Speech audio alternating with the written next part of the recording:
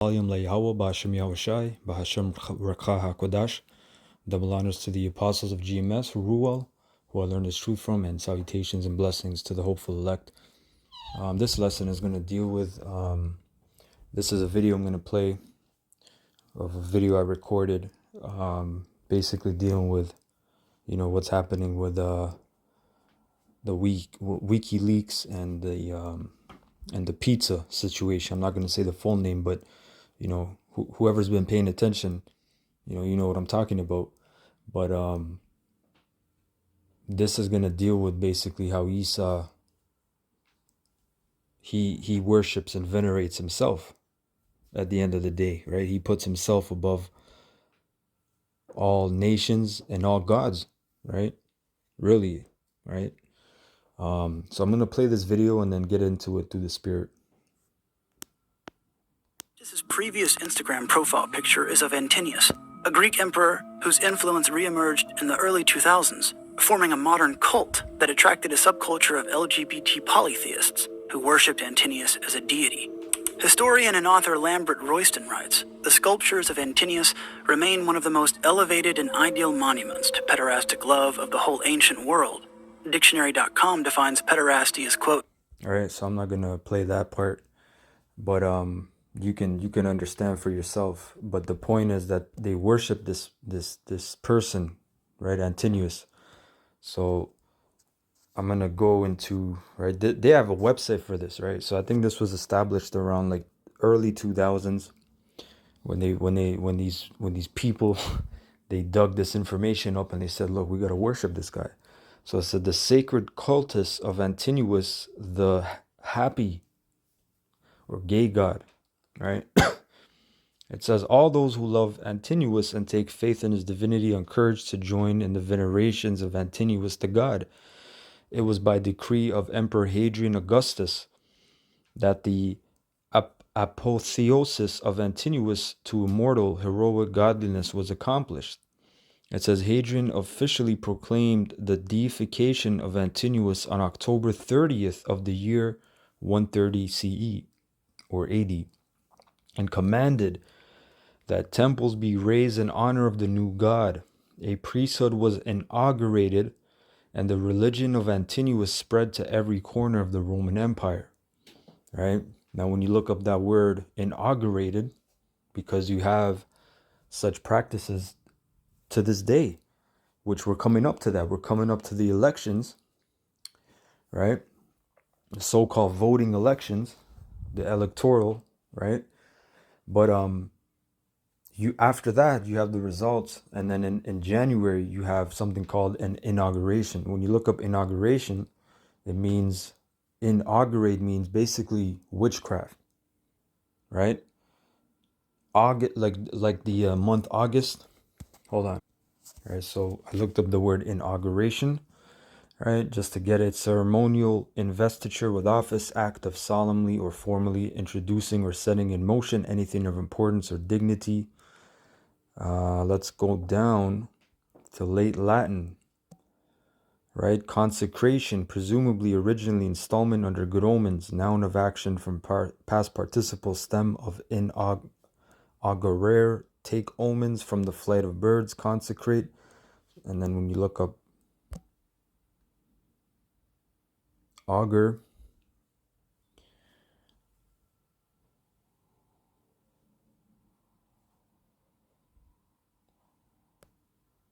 right here. So they actually, yeah, they took out the definition that used to be here. Hold on. God, so I looked it up here. Like, it's harder to get to these words, man. All right, the first records of the word inauguration come from the 1560s. It ultimately comes from the Latin verb inaugurare, meaning to consecrate by augury. In ancient Rome, an augury was the rite of ceremony held by an augur, a kind of soothsayer or priest whose job was to interpret omens to guide decisions. So basically it goes into witchcraft, man. Okay? Nothing too deep, nothing too crazy, but inauguration, right? And FYI, that's why you have something called the killing season, in hospitals, which is I believe that's when like the least trained or the up and coming doctors are being, put on the surgeries or whatever, and that's when the majority of killings in, fatalities in surgeries happen. But there's a thing called the killing season that's done in August. But anyway, it says, so they basically made it mandatory for you to worship this man, and this was a man, and they made him a god. So is it crazy when we tell you that so-called white, Jesus, the image that you see on the Sistine Chapel, right? Or the 12, or the Last Supper, right? And we tell you that that was a man that they painted and made a god. Is that so crazy? Of course not, because they did it with this person, right?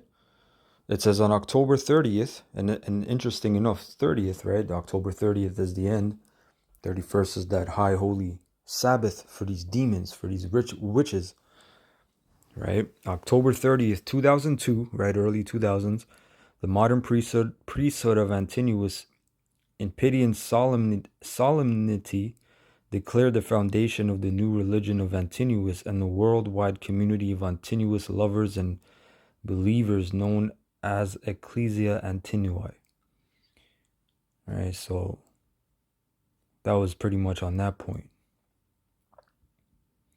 But I'm, like I said, I can't read certain parts. I'm not gonna read certain parts, But like, he was basically a boy, He was young. So let's go. This reminded me. I looked up this character Antiochus, big demon, right? Right. This is from BibleArchaeologySociety.org. Antiochus Epiphanes, the Bible's most notoriously forgotten villain. So it says many names come to mind when someone mentions the great villains of the Bible. Some are foreign powers like Pharaoh of the Exodus or King Nebuchadnezzar, and some are even native Israelites such as King Saul and King Ahab. The great villains in the era of the New Testament and the early church often took the form of great persecutors, including King Herod the Great and Roman emperors Nero and Domitian. Those names have gone on to become historically infamous, with many immortalized on stage and screen. There is, however, one name that has escaped the attention of biblical pop culture, even though his actions arguably are worse than many of his villainous peers: Antiochus IV Epiphanes. And one of the reasons why, of course, it's forgotten or not known, well known, is because this part of history was recorded in the Apocrypha, which Apocrypha just means to send away hidden, or to send hidden. And that's a Greek word. So it's just a collection of books that was originally part of the whole thing, all the scriptures, all the scrolls, all the manuscripts. Those books were part of that, and it goes into the history, right before Yahushua, basically a little before, even not a little, hundreds of years. There's basically hundreds of centuries there of history, because there's the Babylonians, the Persians. What happened after the Persians? Medo-Persian Empire. You had the Medes and the Persians, right? Then you had the Greeks, but that history is not in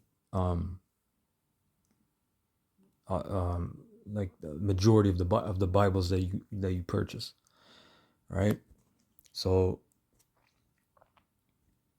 it says, in the time between the return of Jewish exiles and the rise of the Roman emperors, the land of Judea was caught between two ruling powers: the Seleucid kingdom of Syria in the north and Ptolemaic Egypt in the south.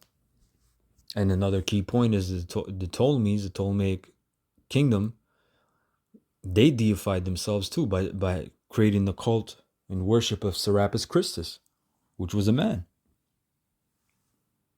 Which really, that Caesar Borgia, that whole thing is a revitalization of that. But these Edomites, man, these E's, they worship themselves, man. They put themselves above the Most High. which you can't, but that's what in their vain pride, right? These devils, man. It says, and the point of the Seleucid here and the Ptolemaic, that's all in history as well. That's all in the scriptures actually, which is a history book. That's in the book of Daniel 7, right? That's in the first Maccabees, and other scriptures, right? It says, these kingdoms, both successors of Alexander the Great's broken empire, warred with each other for more than a century while the Jewish nation sat at the crossroads. Throughout most of this period, Judea remained in the periphery and was left alone. However, when Antiochus IV came to power in 170 BC, the Jewish people did not readily fit into the vision he had for his new empire. Embracing a form of imperial colonialism, Antiochus, and this was prophecy. It wasn't just because, they were at the crossroads. This happened, man. This happened in Daniel's 11. This was all in history. This was all already prophesied before, centuries before, right? From the time of Daniel and whatnot. It says, embracing a form of imperial colonialism, Antiochus sought to bring about a sense of cultural uniformity in the hope of creating more socioeconomic stability. This included embracing the Hellenistic way of life and the worship of the Greek pantheon, especially Zeus, by taking the epitaph, Epiphanes, meaning God manifest. Antiochus even claimed to be Zeus incarnate. Many of the pagan nations embraced and welcomed these policies, but in the land of Judea, they caused a cultural civil war because you had a lot of fucking jakes, man, that just were with it. They were forward with the heathen, man. As soon as the heathen came and they said, look, man, you guys got to get down with this and do this, they were forward to do it, man. They went to the king and they sought license to do wickedness. Just like today, right? It says, notably among members of the high priestly families, and this was during the time where basically that split, where Levi, the priesthood, they split between the Sadducees and the Pharisees, right? And that's all history as well. In the midst of the turmoil, according to the books of Maccabees and the Jewish historian Josephus, Antiochus plundered the Jerusalem temple and carried off the sacred vessels to help finance his campaigns, man. And I just brought that out because the point is, look, he even said that he's Zeus incarnate, right? And this man, he actually had another name. He had Epiphanes, but he had another name, which was Atinim. I forget the name, Atimenes or something like that, and basically means the mad one, right? The crazy one. All right, so let's go to Daniel 11.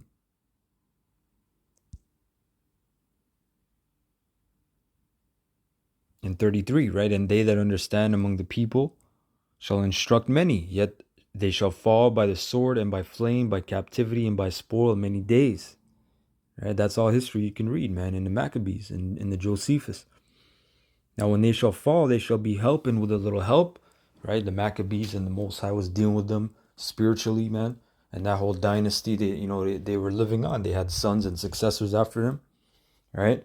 But many shall cleave to them with flatteries, and some of them of understanding shall fall to try them and to purge and to make them white, even to the time of the end, because it is yet for a time appointed. And the king shall do according to his will. Now this is dealing with Antiochus. And he shall exalt himself and magnify himself above every god, and shall speak marvelous things against the God of gods, which is Yahweh Hashem Yahushai. And he did, man. He was, man, when you read that history, he was very proud, man. He was excessively proud. He was the definition of proud, right? And shall prosper till the indignation be accomplished, because this was for a punishment, man. This was, Mosai was using this devil as a whipping stick, man. That was the Mosai's sword. He was wielding him. And then the Mosai got rid of his ass, man. For that is determined shall be done. Neither shall he regard the God of his fathers, nor the desire of women, nor any nor regard any god, for he shall magnify himself above all. And that's the point, man, of this whole lesson, that this devil, man, he's on such a bugged out, proud level, you know. He's really inflated in his mind, man, in his spirit. So the Most High it's gonna be it's gonna be a fantastic movie, man. When this thing gets through, when you see the end of this whole thing, it's gonna be a fantastic, grand movie. Cause there's gonna be a lot of things the Most High is gonna do to really humble this man. All right. It says, but in his estate shall he honor the God of forces, and a God whom his fathers knew not shall he honor with gold and silver and with precious stones and pleasant things. You know, and this also goes into hold on, what is that scripture? Thy pride.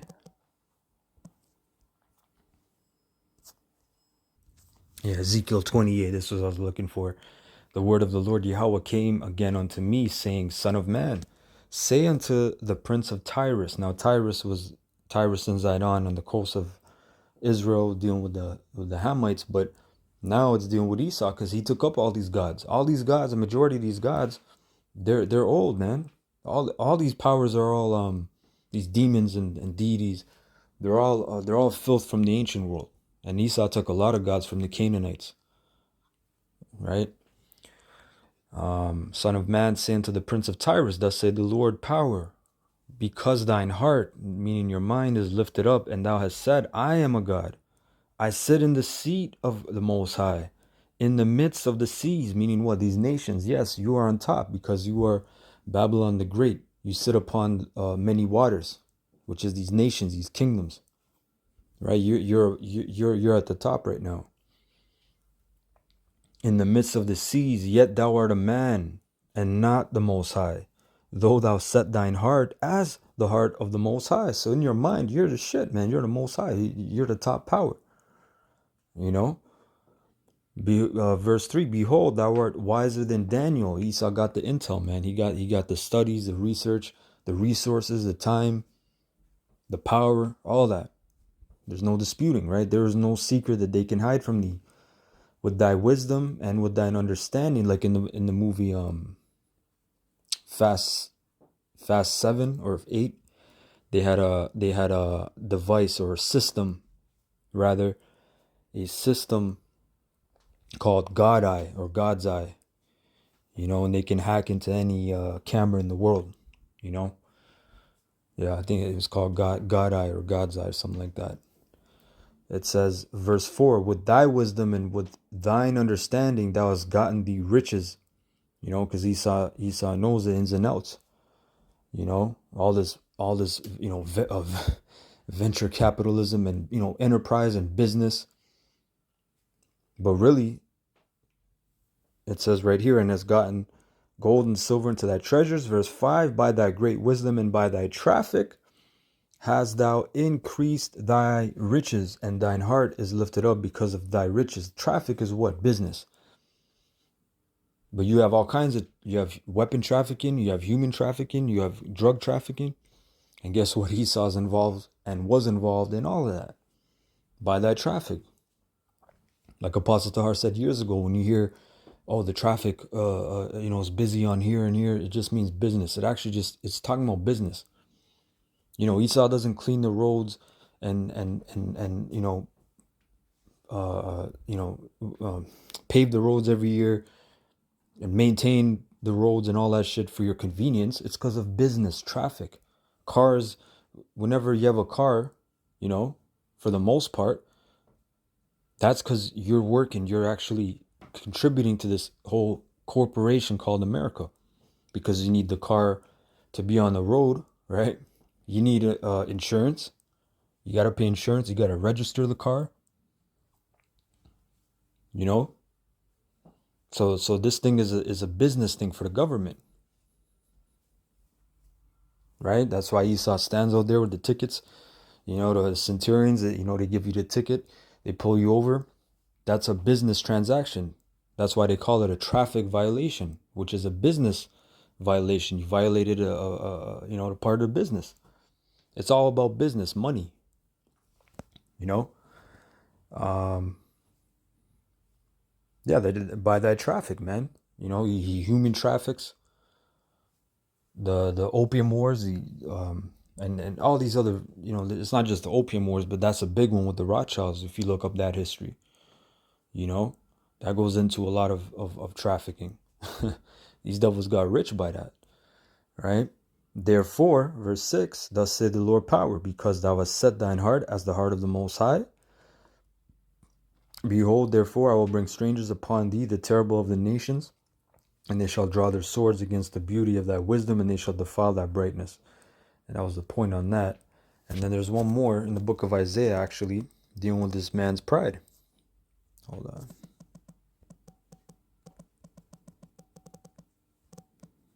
Isaiah 10 and 5. It says, O Assyrian. Again, now this is dealing with the Assyrian. So you're wondering, yo, what are you talking about? The Assyrian, now you were talking about Tyrus, the king of Tyrus. Now you're talking about the Assyrian.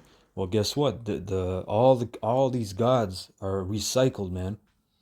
You know, they're all recycled, and Esau basically, he made a whole pot, an amalgamation, a collection of all these gods in this place that we live called Babylon the Great. You know, so the Assyrian is dealing with America, because there's another scripture in the book of Second Ezra where it mentions Assyria, and it has nothing to do with the ancient kingdom of Assyria. People don't even know what an Assyrian looks like. Right? O Assyrian, the rod of mine anger. Assyria is not in the news. Assyria is not doing anything. You know, people don't even know where Assyria is, to be honest. Right? And the staff in their hand is mine indignation. Right? So again, this is the sword. This is the whooping stick of the Most High that he's using. Right? It says, I will send him against an hypocritical nation, and against the people of my wrath will I give him a charge. That's Jake, to take the spoil, and to take the prey, and to tread them down like the mire of the streets. Now you're seeing the picture. Howbeit he meaneth not so, neither does his heart think so, but it is in his heart to destroy and cut off nations, not a few. Meaning, when it says he meaneth not so, neither does his heart think so, meaning you don't have your own will. This is going into that free will, because then after it says, but it is in his heart to destroy nations. So how's it going to say, oh, he doesn't mean so, but it's in his heart? Because again, it's not of your own will. This is the Most High controlling everything. The Most High is wielding the sword, right? He's the man of action. We're just the vessels, right? It says, now hold on, let me go skip to, this is verse 13. For he saith, by the strength of my hand I have done it, and by my wisdom, for I am prudent. And I have removed the bounds of the people, and have robbed their treasures. Right? The bounds of the people is what? Your borders. That's why he sets the territory, the boundaries, the maps, the geography. You got to go to him to learn geography. Right? It says, and have robbed their treasures, and I have put down the inhabitants like a valiant man. Right? He's bigging himself up. He's basically saying, look, I'm the brave one, you know? I'm the valiant, honorable, noble, you know? You got to stand up for me. You got to call me sir. You know? That's how this man is. It says in verse 14, and my hand hath found as a nest the riches of the people, and as one gathereth eggs that are left, have I gathered all the earth, and there was none that moved the wing, or opened the mouth, or peeped. Is that Assyria? Of course not. That's America. Right? This man took you over physically by force, and then he figured out, look, you just got to accept our reserve currency, the American dollar. You just got to accept the American dirty dollar, man. You know, you want a loan? Sure, we'll give you a loan. Right? Verse 15. Shall the axe boast itself against him that heweth therewith? Or shall the saw magnify itself against him that shaketh it? These are all vessels, man. as if the rod should shake itself against them that lift it up, or as if the staff should lift up itself as if it were no wood. Therefore shall the Lord of hosts, send among his fat ones leanness, and under his glory he shall kindle a burning like the burning of a fire. But that was just the point on the pride I wanted to bring out. On these devils' pride, man. Alright, so I hope you're edified. I want to say Kal Halal Yam La Yahweh Ba'Hashem Yahweh Shai Ba'Hashem Racha HaKodash, double honors to the apostles of GMS who rule well, and blessings unto, may Yahweh Ba'Hashem Yahweh Shai Ba'Hashem Racha HaKodash increase your faith, the hopeful elect. Shalom.